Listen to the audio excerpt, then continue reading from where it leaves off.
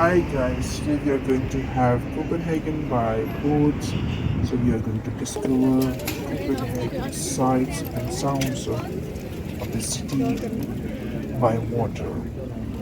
We have a canal tour which have been sailing through the historic harbor and beautiful canal since 1904. Initially used to transport seafaring workers and local residents between Christianshavn and Copenhagen. The tours have been providing a unique pursuit of the city of international and Danish guests in since 1930. So booked a ticket on site. We paid 119 Danish krone, but there are different prices in a different hours. You can go on their website stroma.com.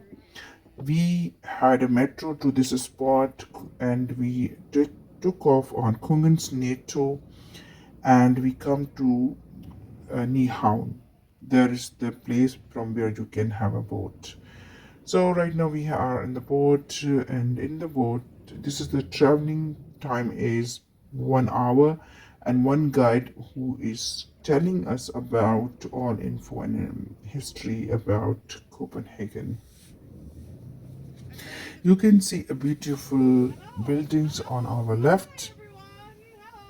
And welcome aboard this tour around the canals in the inner harbor of Copenhagen. My name is Nina and I'm gonna be your personal guide this next hour. This tour actually it's very refreshing and hot, breathtaking.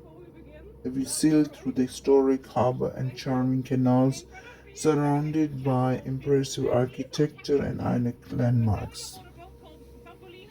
So this tourist guide, she is going to tell us. So I'm also listening and you also listen. Enjoy. Very low, so when I ask you to sit down and stay seated, you need to respect it. Otherwise, I'll tell you off. And public humiliation will be the consequence of this. Secondly, you cannot smoke aboard the boat. That includes e-cigarettes and vaping. And thirdly, there is a yellow line here in front of me. You cannot pass that while we sail. It's the lowest bridge in the whole tour. It's very important that you stay seated for this. Wave at the people, but stay sitting down, please. All right, stay seated, everyone. It's a very low bridge. The lowest bridge coming up.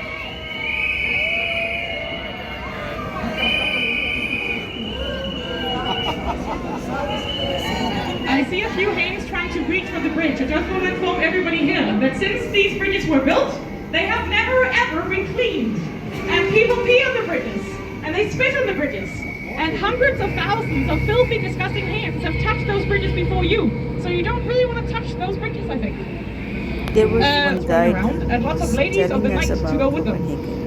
Nowadays, though, it's a very different story. This is where people flock in the summer for a cold beer or an even colder ice cream. You also listen Vi er along på vej ud af Nyhavn nu, og Nyhavn bliver etableret for at skabe en bedre forbindelse mellem Kongens Nytorv for enden af det, og så havet herude. Og i lang tid, der var Nyhavn lidt et skummelt område. Der var en masse fulde sømænd, der var rundt, og med dertilhørende glædespiger. And coming up on our left, there's a very modern-looking building. This is the Royal Danish Playhouse. It opened in 2008, and it premiered with a production of Shakespeare's Hamlet. Why? Because something is rotten in the state of Denmark, of course. That is a quote from Hamlet, guys. Alright.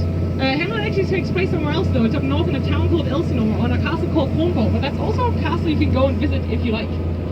På venstre hånd tager vi forbi skuespilhuset nu. Det åbnede i 2008 og havde premiere med en produktion af Shakespeares Hamlet. Og det er jo selvfølgelig fordi, der er noget, der er råden i staten Danmark. I Hamlet. Det er citat. Og Hamlet finder egentlig sted op nordpå på Kronborg Slot i Helsingør, men det er også et slot, man kan besøge, hvis man har lyst til det. Building still in the making, but the island that they're on is actually a very old man-made island, and it's called the Paper Island. That's because back in the days, when we had a bunch of printing presses and newspapers in Copenhagen, we needed somewhere to store all the paper for it.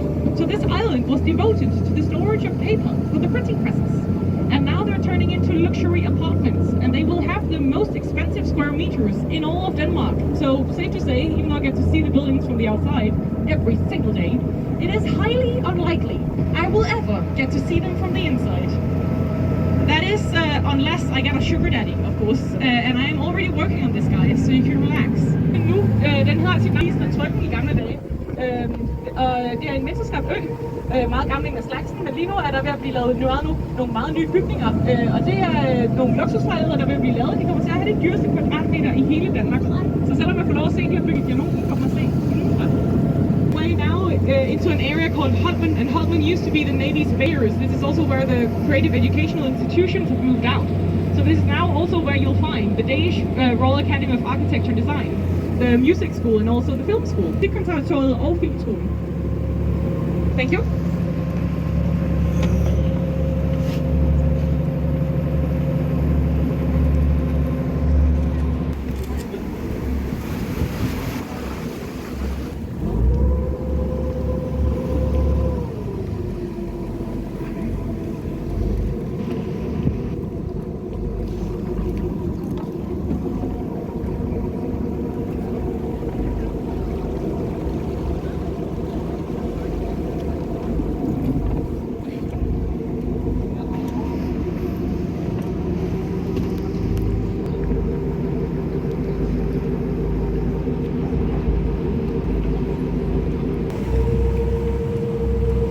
On our left now we have the torpedo holes, and these were built for the Cold War so we could create and repair torpedo ships in the middle. So you'll notice once we sail past it, you can actually sail inside the middle of the building.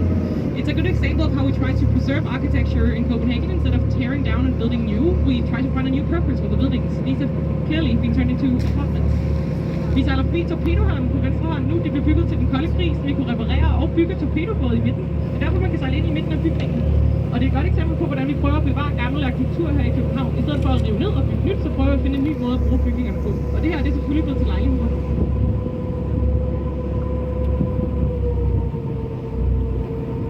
And the wooden buildings on our left are the gunboat sheds of Copenhagen. And the gunboats were actually our main defense strategy against the Brits after they had entirely exhausted the rest of our military in a battle in the beginning of the 19th century.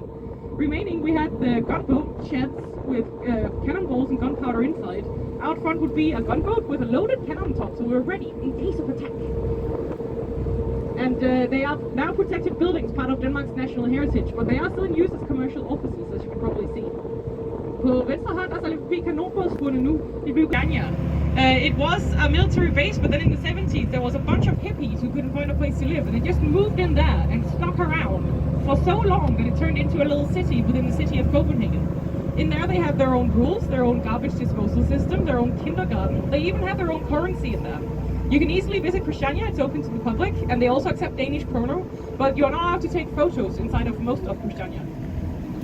På højre side sejler Hill, and Copenhagen is actually a very modern, very sustainable waste to energy plant.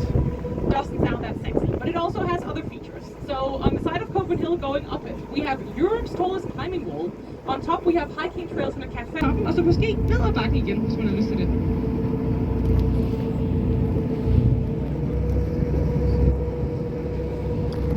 Early 2000s, this is where the Royal Academy of Architecture and Design moved in. And this is actually where I studied my bachelor's and my master's in fashion design. So I sat in this yellow building right here, working very hard day and night for 5 years straight to get my diploma. And then I became a tour guide. Dreams do come true, people. På venstre hånd så er vi forbi nogle af flådens gamle bygninger, men i starten af nummerne der flyttede Danmarks Arkitekt- og Designskole herind, og det er faktisk her, jeg også tog the internal structure of the opera hall. This is to symbolize the level of music that takes place in the building. På venstre hånd kan vi også se lidt af Københavns Operahus. Det er tegnet med æbletræ, der var givet i ekstremt, og det skal selvfølgelig symboliserer kærlighedens musik, der finder sted.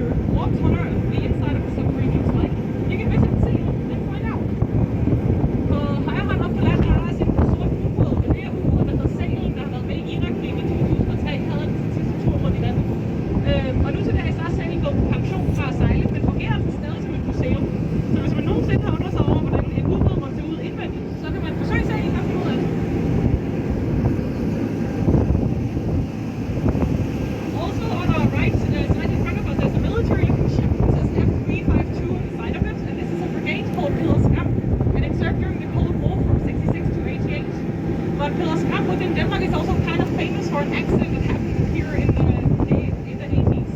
One day, the captain was out sailing the ship, and during a drill, he pressed a wrong button. And this wrong button launched a missile, and the missile went flying into an area in Western Zealand, full of summer houses, and he ended up damaging a total of 134 summer houses, all of which were completely wrecked. Thankfully, nobody got hurt because it was winter. No one was at home in their summer house. But the Danish media did dub the missile the Oanees'Vlog-It missile because of that. På Nyhavn er der også et stort militærskib, der står F-352 på siden af det, og det er fregatkanten, der hedder Skam, der var med i Koldkrigen.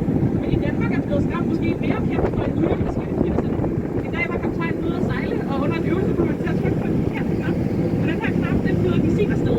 Og missilet fløj over og landede i Vestjylland i 2000. Og den der ødelægge og beskadigede i 180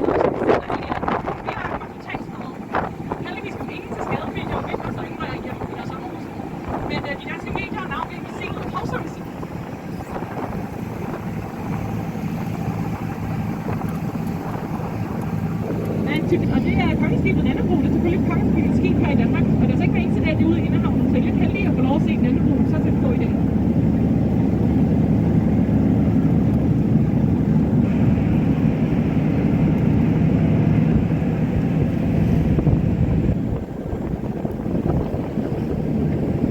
And in front of us on our slide right, there's a flagpole with the Danish flag on it, and the Danish flag is the oldest continuously used flag of any nation in the world, and we are stupidly proud of that, and also kind of obsessed with our own flag. It's on a little green patch, and if you look closer at the green patch, you'll spot some cannons. This place is called Battery 6th, after Christian 6th, and from here every day we fire off 2 cannons, one at sunrise and one at sunset, to signal to boats that need to raise the flags in the morning and lower them at night. There is just one issue with the sunrises in Copenhagen. They occur incredibly early in the morning in summertime, 4 a.m. sometimes. And they weren't so happy to be woken up the neighbors at 4 a.m. by cannon balls. So it was actually officially decided and agreed that the sun never rises before 8 a.m. in the morning in Copenhagen, so that everybody has a chance at a beauty sleep. The Eurovision Song Contest! Woo! Okay, clearly wrong crowd for this, never mind. På Nyhavn, der er sejlet forbi Nationally nu som plejede at være en skibsfærd, men nu til dags er det mere et kulturområde. Her har vi Københavns største streetfood-marked, vi har et dejligt moderne museum. Der er også sommerfestivaler herude hver eneste sommer. Og sidst men ikke mindst er det her, hvor vi i 2014 var værter for det europæiske melodioptræk. At the end of National has a hall, there's also a crane, and that's a bungee jumping crane. When they first opened, as of the RC, they offered anyone willing to do the jump naked to have it for free. If there are 2 things we love more in Denmark than beer, it's probably getting naked and getting free stuff. So we had around 300 people lining up to start naked on the first day, ready for a free bungee jumping. That whole city. So we also have a much smaller landmark for you to see. But it is coming up on our right hand side after we pass this large wooden dock here.